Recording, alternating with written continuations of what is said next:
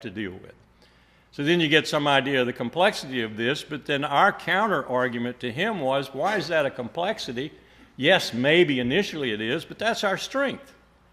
Our strength is the diversity of our organizations, our communities, our political feelings, so forth and so on. So just empower those localities. Tell them that you'll give them help, give them some scientific guidance, whatever, if they need it. And more important than anything, when they need money, you're going to have to be forthcoming with that. Because let's just look at Norfolk for a moment. Norfolk is probably a 40 to a 60 or plus billion-dollar bill. Whether you build 4-meter wall, 6-meter wall, 8-meter wall, or you completely relocate, and that in its various ramifications is extremely expensive. And right now you've got some political communities who say, no, we want to relocate. We just want to relocate. You've got others that say, no, let's build a 6-meter wall. Others say, no, what's the 8-meter wall, 30 years? Okay, let's build an 8-meter wall. And then you've got others that say, like the military, well, make up your mind, people, because we've got to do what you do, ultimately, because you're our supporting surrounding communities. So that's just a microcosmic problem, if you will, but it is a problem, and it's indicative of the bigger problem that we have. In addition to Norfolk, we've actually had days where the tidal plain allows the water up into Langley. Now, that's the Tactical Air Force headquarters. And we've had times when the runways had 16 inches of water on them.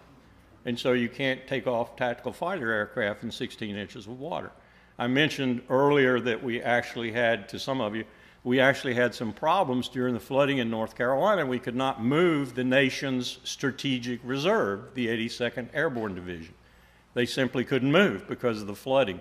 You may have seen some of the pictures of that. My favorite one was the young man about 16 years old who was catching catfish off his back porch, obviously making do with a bad situation. But we have probably in the hundreds of billions of dollar bills for the Department of Defense just to deal with coastal installations and whatever it is we elect to do with them. Shut them down, move them inland, build walls, or whatever. Well, as you might imagine, in the sort of train of giving these sea rise tables to military installation commanders and having discussions with them, like the Marine Corps Reserve Command in New Orleans, which basically we said move. Next one is going to bury New Orleans. New Orleans should have moved after Katrina. It's going to be a political problem of the first order, I think, when the next one hits it, particularly when you realize that with sea rise, every inch of sea rise basically gives you another 4 or 5 foot of swell with a Cat 4 or a Cat 5 hurricane. So we're looking, for example, at 15 feet of water on Wall Street. Yep. The next time it hits just right up that valley, we're looking at 15 feet of water on Wall Street. You may not even know that the mayor of New York City actually tried to put $1 billion away in a fund for just such a contingency because he realized that it was probably going to be on New York in the next generation and maybe even early in that generation. There's a testimony to the ability of people to do things in that sense of forward planning too, though. That money never got appropriated. Looking at Miami and looking at other cities on the eastern seaboard and beginning the southern seaboard, we found some mayors, particularly the one in Miami, who were considerably shocked by what's going to happen. Billions of dollars of really high expense real estate is going to go away. And it's not going to be, 2050 or 2065. It's going to be in the next generation, if not sooner. One of the things we're finding with our modeling is that when the modeling is proven somewhat in error, it's not an error in our favor. That is to say, the error is that it's going to come faster. It's going to be more accelerated, the sea rise or whatever you happen to be looking at. So this has been a real wake-up call for the military with regard to installations. But it's also a tremendous wake-up call and brings me to that issue of bleeding and dying for your country in terms of conflict. What we're looking at right now in Syria, in many respects, had its origins in 200,000 Syrian farmers for the second year in a row having no water. It's been hidden by the mainstream media.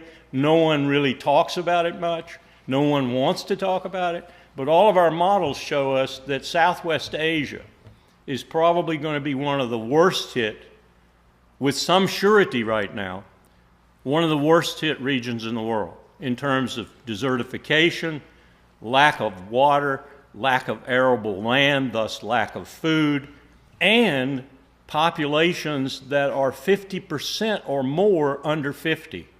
And even in many cases, 30 or 40% at 20 or below, and at least half male. That's a lot of people with AK-47s moving out to find food and water. So some of our simulations going all the way out to 2050 and 2060, and these simulations, mind you, are run with people from Germany and France and the United Kingdom and the United States and the last iteration, China and India, Brazil and elsewhere, who have been in their militaries, in their governments, in their congresses, who are functional experts, academics or whatever, making decisions that presidents and prime ministers would make, and probably doing a pretty good job of it. And by 2050 and 2060, we are really in trouble. We in the North, we call them the peer countries in these simulations because you can name the capitals of them. They stretch from Tokyo to Washington, all the way over to London and Paris and Berlin, and include Beijing, of course, Moscow. These peer countries are in a particularly, at least for a short period of time, half a century to a full century, a position of gain. You know, if you don't look at the excess water falling, which is going to be truly a problem, because it's going to fall in enormous amounts and it's going to fall in enormous durations, that is to say 30 days at an inch a day. And it's going to be very difficult to deal with, but we can cope with that. We will have water. We will also have extended growing seasons. We will also have higher yields. We'll be farming, for example, all the way up, probably to the midpoint and higher in Canadian provinces, like we are now farming in places like Kansas, Nebraska, Iowa, and so forth. So we're going to be in good shape, at least for a short period of time. Short period of time in geological time. The rest of the world, or at least a good portion of it, is not going to be in good shape. So what happens is simple. The world that's not in good shape goes after the world that's in good shape. And what you have initially is Europe, the United States, and others trying desperately to build the refugee camps, trying desperately to stem the flow, trying desperately to be humanitarian. And in the center of that is the United States Armed Forces, the one entity on the face of the earth with the capacity to deliver humanitarian assistance and disaster relief anywhere at any time, right in the middle of it. And then it turns bad because you can't stem the flow and you can't deal with the refugees and you can't deal with the conflict generated by their needs. And so what you do is you do what Donald Trump, for example, has already talked about in some, sort of hyperbolic ways, I hope. You start building walls and putting machine guns on them. And then your armed forces are involved in a task that they would rather not see in ever. So that's the sad side, the grim side, the conflict-ridden side. But we're already seeing some of that. As I indicated in Syria, one of the reasons we have the problem with the Palestinians and the Israelis is because of water. The Israelis, logically enough, realize that there's not going to be much water in the future. And so they need to get their hands on not just the water, but the sources of the water. Look for Jordan to be increasingly destabilized. I was in Syracuse, Sicily recently, and one of the Jordanian family recognized me and came up and put his finger right in my chest. And in brilliant British accented English, He said, I know who you work for. You go back and you tell your boss that there is an Iraqi or Syrian family living in every single Jordanian household, including mine. And that is extremely destabilizing. And I'm sure it is. And if we talk to people from southern Lebanon, if we talk to people from northern Iraq, the Kurds, for example, they will tell you there's a Syrian refugee in every single household.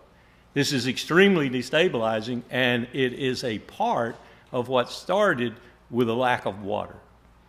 This is going to amplify and multiply all across Southwest Asia, and what we see now coming across the Mediterranean into the soft underbelly of Europe, if you will, is going to multiply majorly. And we're not going to escape it either, because some of the projections show that south in our hemisphere too is going to be impacted. Not quite as badly as sub-Saharan Africa and the Southwest Asian region initially, but it is going to be impacted. So we're looking at probably what history tells us, along with, you've probably heard of the book by Hans Zitzer, Rats, Lice, and History. You know, rats, lice, and history, the biggest formative forces in human history. Well, one of the ones that isn't mentioned in that book is migration, especially what we call transmigration, or the movement of masses of people from continent to continent or from state to state.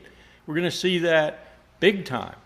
And then the question becomes, you know, is it the scenario I described to you that we're seeing in these simulations, or does it happen in a paced, slower way that we can actually deal with in a humanitarian way, in a way that copes with the problems without having to actually go to violence? Your military, worst case is everything. So the military is looking at it as they're looking at Syria right now. They're looking at it as